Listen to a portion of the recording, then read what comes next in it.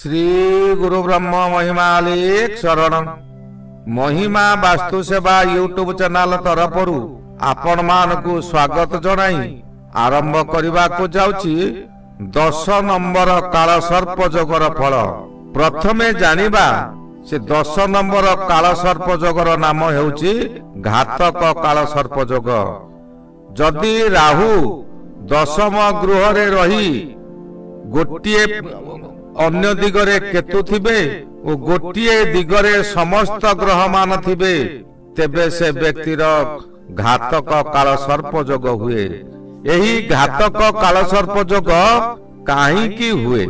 जने व्यक्ति चाकरी करिथिबे सरकारଙ୍କ ठारू दरमा पाउथिबे किंतु कार्य रे हेला करी राजनीति करिबा और राजकोषरु बहु अर्थ हानि करिबा यही परि जो माने करंती से माने काल सर्प जोगर फल भोगती। अन्य झियर विवाह होई सारिबा परे तार सासु घरे मिथ्या आरोप लगाई ताको हैरान करिबा, षड़यंत्र करी अन्यर परिवार भांगी देबा, काहारी सुंदरी स्त्री देखी कले बले कौशले अपहरण करिबा किंबा अर्थ लोभ देखाई यौन संपर्क रखिबा, अन्य मानक सहित विवाद लगाइबा, सुपारी देई बदनाम कराइबा, अन्यर कार्य को जे कोनोसी शुभ अन्यर व्यक्ति को जे कोनोसी शुभ कार्य को अन्य लोक लगाई बाधा देबा, यही सब कार्य कले घातक काल सर्प जोगरे मनुष्य जन्म लाभ करी निम्न असुविधा मान भोगंती। घातक काल सर्प जोगु व्यक्तिर जेउ व्यक्तिर थिबो सेमाने यही जोगर अशुभ प्रभाव द्वारा निजर योग्यता अनुसार कर्म मिलिबो नाही। छोटिया कर्म खंडिए करी गुजराण मेंटाइब किंबा आदौ चाकरी मिली न थाए। अभाव रे थाई दुख भोगुथिबा समय रे अन्य लोक माने तांको उपरे दाऊ साधी थांती। लोक मानकर शत्रुता कारणरु बहु घात प्रति घात मध्य देई गति करंती। पारिवारिक क्षेत्र रे बहु दुर्घटना मान घटित जाए। एपरिकी निज स्त्री मध्य अन्य कथार पड़ी आपणकर शत्रु हो जाए। बहु स्थान रे देखा जायछि स्त्री छाड़ी चाली जाउछि।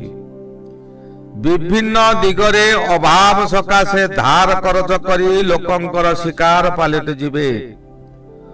ऋणदाता मानकर चाप दिन को दिन बढ़ी चलिबो।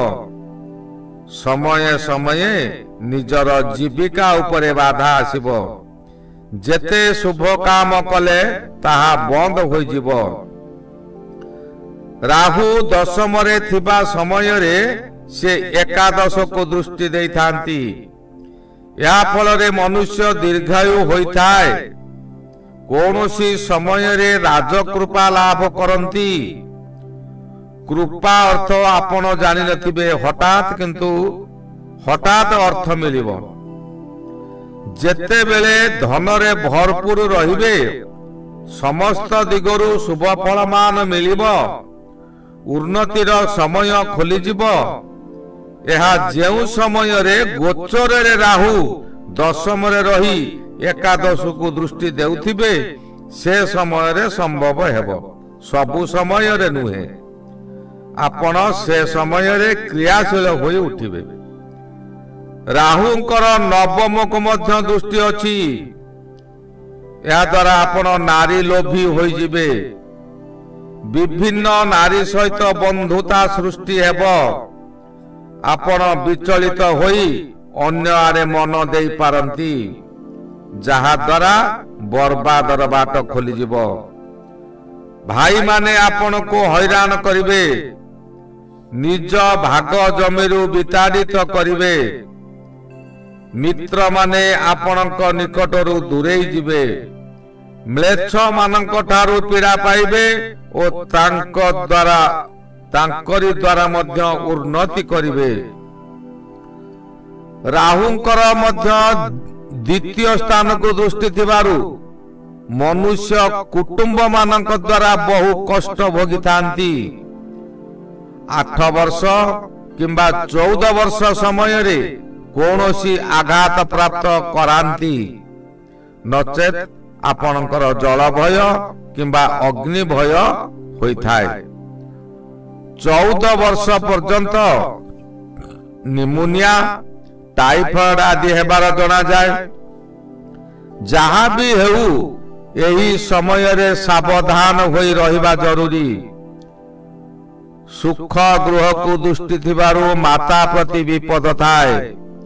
जीवन सारा माता दुख भोग करिथांती, पुणी कार्य कले किछ पुण्य कार्य कले किछि सुफल एथिरु मिले।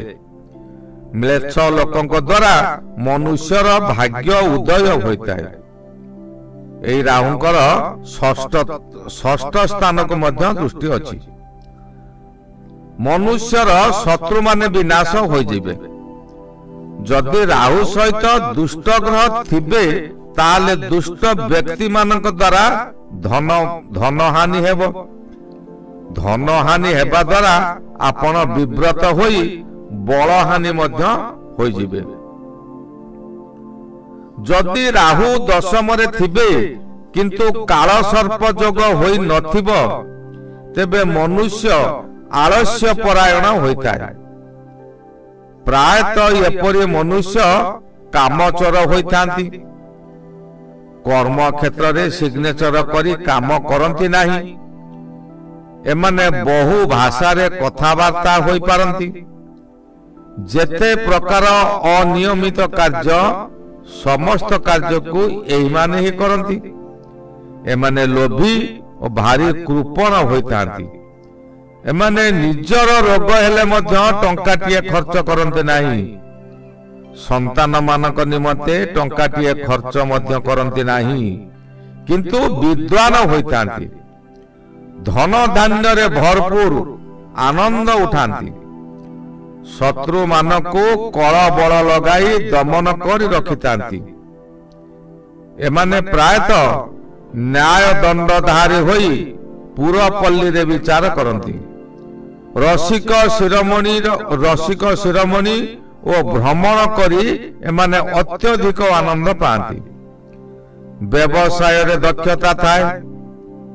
जने भल निर्माणकारी होइतांती। एही समय रे केतु चतुर्थ रे रहितांती। मनुष्य बहु सुख भोग करे। एमानकर प्रायतः शत्रु रही नथांती किंबा मित्र मध्य भी रही नथांती। जदि केही मित्र रहिले सेहा तांको सकाशे बहु दुख भोग करंती। यही व्यक्ति पितांक और मातांक निमंते दुखदायी। ए मनुष्य प्राय बाचालता सर्वदा होइथांती। एमाने बहुभाषी होइथांती, हेले मध्य दुख भोगरु निस्तार न थाए। एही केतु ग्रह जदि सिंह राशि रे किंबा बिछा राशि रे थांती तेबे पितांक द्वारा सुख भोग करंती ओ चिरस्थायी। यह किंतु चिरस्थायी होई न थाए। धनु राशि रे थिले मिश्रित फल मिले। मनुष्य पाई पाप ग्रह युक्त केतु मातृपीड़ा दियंती। एही गला घातक काल सर्प जोगर फल। यार परवर्ती काल सर्प विषधर काल सर्प विषय रे आलोचना करिबा। से पर्यंत विदाय दियंतु। श्री गुरु महिमा अलेख शरण। श्री गुरु महिमा अलेख शरण। श्री गुरु महिमा अलेख शरण शरण शरण।